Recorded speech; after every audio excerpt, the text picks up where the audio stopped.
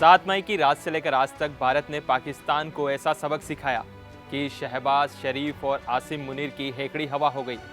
Operation सिंदूर के तहत भारतीय वायुसेना ने पाकिस्तान और पीओके में घुसकर आतंक की कमर तोड़ दी। ये हमला पहलगाम में 22 अप्रैल को हुए आतंकी हमले का जवाब था, जिसमें 26 मासूम पर्यटकों की जान चली गई थी।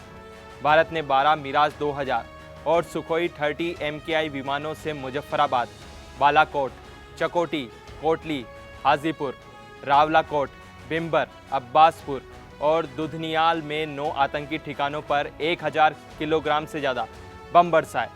300 से ज़्यादा आतंकी मारे गए और पाकिस्तान की आतंकी मशीनरी को भारी झटका लगा। भगवद गीता का श्लोक, धर्मयार्थ युद्धाय श्रेय अन्यथा शस्त्रियत न विद्यते ही यस्मात्, आज के संदर्भ में भारत की स्थिति को पूरी तरह से दर्शाता है। यह श्लोक कहता है कि एक योद्धा के लिए अधर्म के खिलाफ युद्ध करने से बढ़कर कोई कर्तव्य नहीं। भारत अपने सैनिकों और नेतृत्व के माध्यम से इस धर्म युद्ध को आतंकवाद के खिलाफ लड़ रहा है, जो न केवल देश की सुरक्षा के लिए बल्कि विश्व शांति के लिए भी आवश्यक है। 7 मई की रात 1:30 बजे जब पाकिस्तान सो रहा था, भारतीय वायुसेना ने 25 मिनट के भीतर 24 मिसाइलों से 9 आतंकी ठिकानों को तबाह कर दिया। ये हमला 2019 की बालाकोट एयर स्ट्राइक से भी बड़ा था, जिसमें भारत ने आतंक के ठिकानों को निशाना बनाया था। इस बार जैश-ए-मोहम्मद, लश्कर-ए-तैयबा और हिजबुल मुजाहिदीन के ठिकानों को राख में मिला दिया। रक्षा मंत्री राजनाथ सिंह ने 8 मई को कहा कि हमारी सेना ने हनुमान जी की तरह हमला किया और आतंक को कुचल दिया। 9 मई को कर्नल सोफिया कुरैशी ने सैटेलाइट तस्वीरें दिखाकर बताया कि पाकिस्तान का दावा झूठा है कि भारत ने उसके सैन्य ठिकानों को निशाना बनाया। भारत ने सिर्फ आतंकी ठिकानों को तबाह किया था। पाकिस्तान को इस हमले में भारी नुकसान हुआ।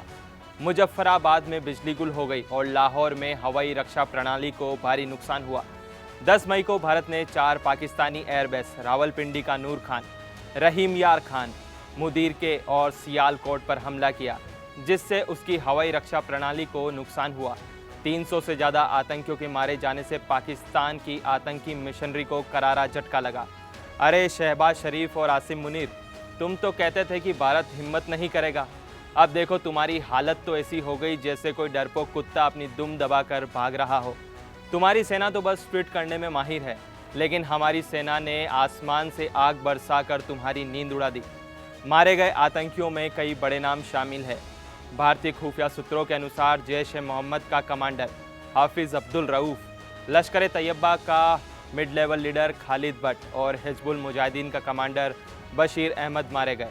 इसके अलावा 50 से ज़्यादा ट्रेनी आतंकी बालाकोट में मारे गए और मुजफ्फराबाद में 30 आतंकियों को जहन्नुम में भेज दिया। सूत्रों ने बताया कि ऑपरेशन के पहले चरण में जैश-ए-मोहम्मद और लश्कर-ए-तैयबा के 5 बड़े आतंकी मुद्दसर खादियान खास, हाफिज मोहम्मद जमीक, मोहम्मद यूसुफ अजहर, खालिद उर्फ अबू आकाशा और मोहम्मद हसन खान मारे गए। इनके जनाजे में पाकिस्तानी सेना के बड़े अधिकारियों की मौजूदगी ने साबित कर दिया कि पाकिस्तान की सेना और आतंकियों का गठजोड़ कितना गहरा है। पाकिस्तान की हालत इस हमले के बाद खराब हो गई। 10 मई की रात को पाकिस्तानी विदेश मंत्री इशाक डार ने कहा कि अगर भारत आक्रामक रवैया छोड़ता है तो हम पीछे हटने को तैयार हैं। यह बयान उस पाकिस्तान का है जो पहले परमाणु ताकत की धमकी दे रहा था। शहबाज शरीफ और आसिम मुनीर ने नेशनल कमांड अथॉरिटी की बैठक बुलाई, लेकिन वहां भी सिर्फ हार की रणनीति पर चर्चा हुई। भारत ने साफ कर दिया कि उसकी कार्रवाई आतंक के खिलाफ है और अगर पाकिस्तान आतंक को शह देता रहेगा तो उसे और सज़ा मिलेगी। 10 मई को अमेरिकी मध्यस्थता से दोनों देशों ने शाम 5 बजे सीज फायर की घोषणा की, लेकिन कुछ ही घंटों बाद पाकिस्तान ने LOC पर गोलीबारी शुरू कर दी। 11 मई यानी आज नगरोटा आर्मी स्टेशन के पास गोलीबारी में एक जवान जख्मी हो गया, जिसके बाद सर्च ऑपरेशन शुरू हुआ। सीज फायर की प्रक्रिया 10 मई को शुरू हुई थी, जब अमेरिकी राष्ट्रपति डोनाल्ड ट्रंप ने मध्यस्थता की पेशकश की। ट्रंप ने कहा कि मैं भारत और पाकिस्तान दोनों के करीब हूं और दोनों देशों को शांति से मसला हल करना चाहिए। अमेरिकी विदेश सचिव मार्को रूबियो ने दोनों देशों के नेताओं से बात की और आखिरकार 10 मई की शाम 5 बजे से सीज फायर शुरू हो गया। लेकिन पाकिस्तान ने कुछ ही घंटों बाद इसका उल्लंघन कर दिया, जिसके बाद भारत ने जवाबी कार्रवाई की। इस घटना ने साबित कर दिया कि पाकिस्तान की कायरता अभी खत्म नहीं हुई, लेकिन भारत की सख्ती के चलते पाकिस्तान सीज फायर के लिए गिड़गिड़ाने लगा। इतिहास गवाह है कि भारत ने हमेशा पाकिस्तान को सबक सिखाया है। 1971 में भारत ने पाकिस्तान को हराकर बांग्लादेश को आज़ादी दिलाई। आज 54 साल बाद फिर वही हालात बन रहे हैं। 2019 में बालाकोट एयर स्ट्राइक और अब ऑपरेशन सिंदूर ने साबित कर दिया कि भारत आतंक के खिलाफ जीरो टॉलरेंस की नीति पर चल रहा है।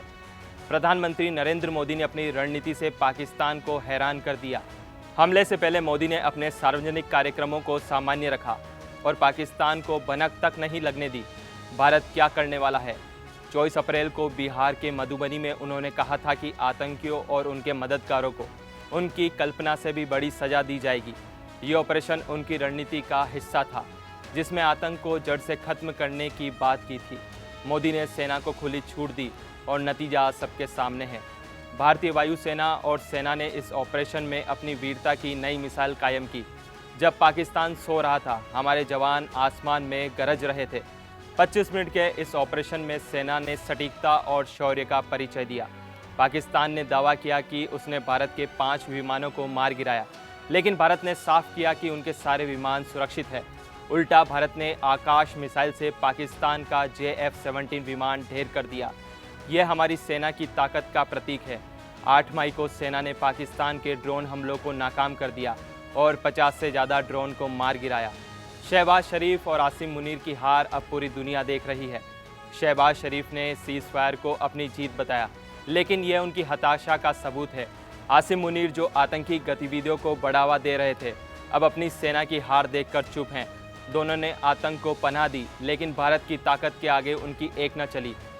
शहबाज की बयानबाजी और आसिम की रणनीति दोनों फेल हो गई और पाकिस्तान को भारत के आगे झुकना पड़ा। ऑपरेशन सिंदूर भारत की ताकत और आतंक के खिलाफ उसकी नीति का प्रतीक है। पाकिस्तान को ये समझ लेना चाहिए कि भारत अब चुप नहीं बैठेगा। हालांकि इंडियन एयरफोर्स ने ट्वीट कर एक बात साफ कर दी कि ऑपरेशन सिंदूर जारी रहेगा।